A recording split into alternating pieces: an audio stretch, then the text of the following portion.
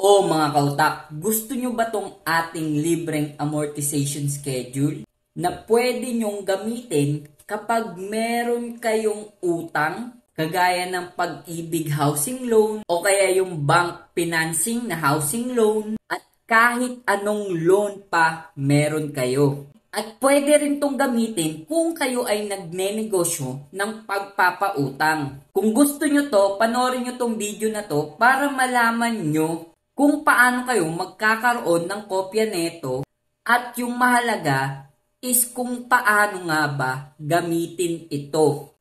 Ayan mga kautak, turuan ko muna kayo kung paano to gamitin ng maayos. Paliwanag natin ang bawat part netong Excel file na to. Unang kailangan nyong ilagay is etong principal amount. Yung principal amount mga kautak, ito yung amount na inutang nyo, no? Yung loan nyo. For example, may housing loan kayo, magkano yung utang na in-apply nyo? Hindi po kasama ang interest ha, yung principal amount lang. Next naman is yung annual interest rate. Yung annual interest rate, so ito yung interest rate no annually. Kung nangungutang tayo, siyempre sinasabi naman sa atin kung magkano or ilan yung interest rate annually nila. So ilagay nyo lang din yung interest rate dito. So sa akin 6.375.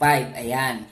Next naman mga kautak, itong number of payments per year. Yung number of payments per year mga kautak is kung gaano kayo kadalas magbayad sa isang taon. For example, monthly. So, sa loob ng isang taon, may 12 months. So, 12 yan dyan. Merong iba, annually. So, kung annually, isang beses sa isang taon, so 1 ang ilalagay nyo. Kung bi-annually or semi-annually, so 2 beses sa isang taon, so 2 yun. Ayan. So, pag quarterly, sa loob ng isang taon, 4 yun. Meron pang isa, pwede rin yung bi-monthly or sa isang buwan, 2 beses. So, sa loob ng taon, 24 na beses. So, ayan, lalagay nyo ng ganyan. Ang next naman, mga kautak, itong number of years.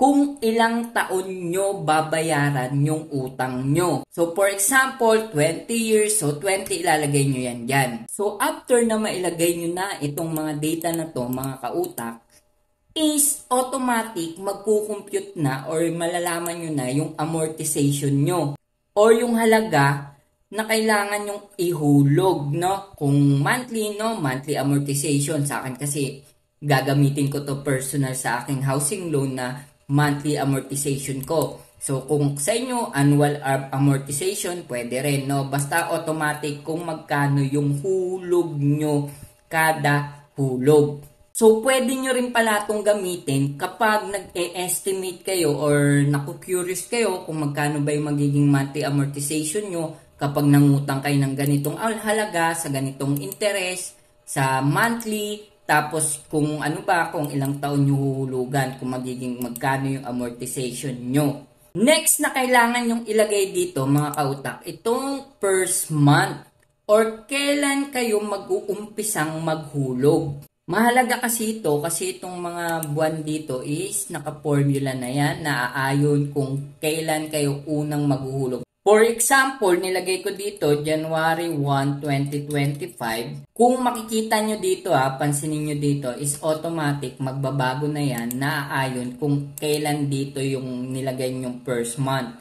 At ayan, sunod-sunod na yan, o diba? Etong last month is hindi nyo na kailangang i-update. Kasi meron na tong formula kung saan malalaman mo kung kailan yung huling buwan na maghuhulog ka. For example, ayan, kung January 1, 2025 ako nag-umpisa, ang last month na maghuhulog ako is December 1, 2054. Kasi 30 years. At ang maganda pa dito mamaya mga kautak is mag-update to kapag nagbayad kayo sa principal or yung principal payment. So mag-update agad yan. For example, nagbayad ako ng December 2025, kung titingnan nyo ng principal payment or payment to principal, so automatic magbabago yan. Ibig sabihin, nabawasan yung buwan na aking huhulugan kasi nagbayad ako ng principal payment.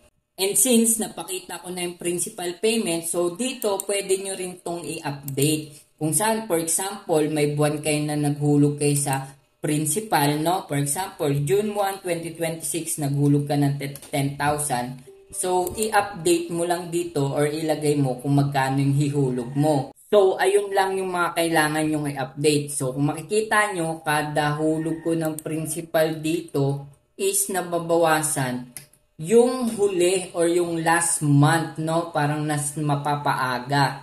Ang maganda pa dito sa ating amortization calculator na to, kung makikita nyo dito, ayan o, dito sa ibaba, is kapag zero na yung balance mo, is mamumula siya. Ayan o, nilagyan ko ng conditional formatting kung saan, kung zero na yung balance mo, or yung huling buwan na maghuhulog ka, is pupula siya.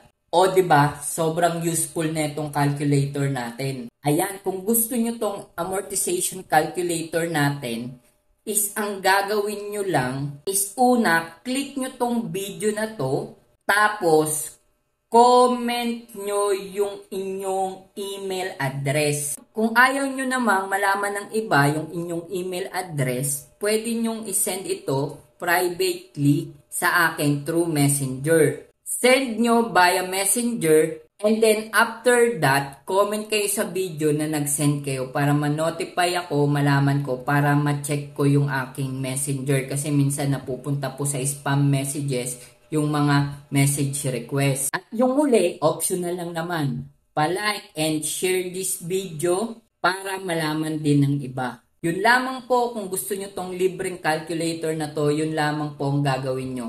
Use your brain.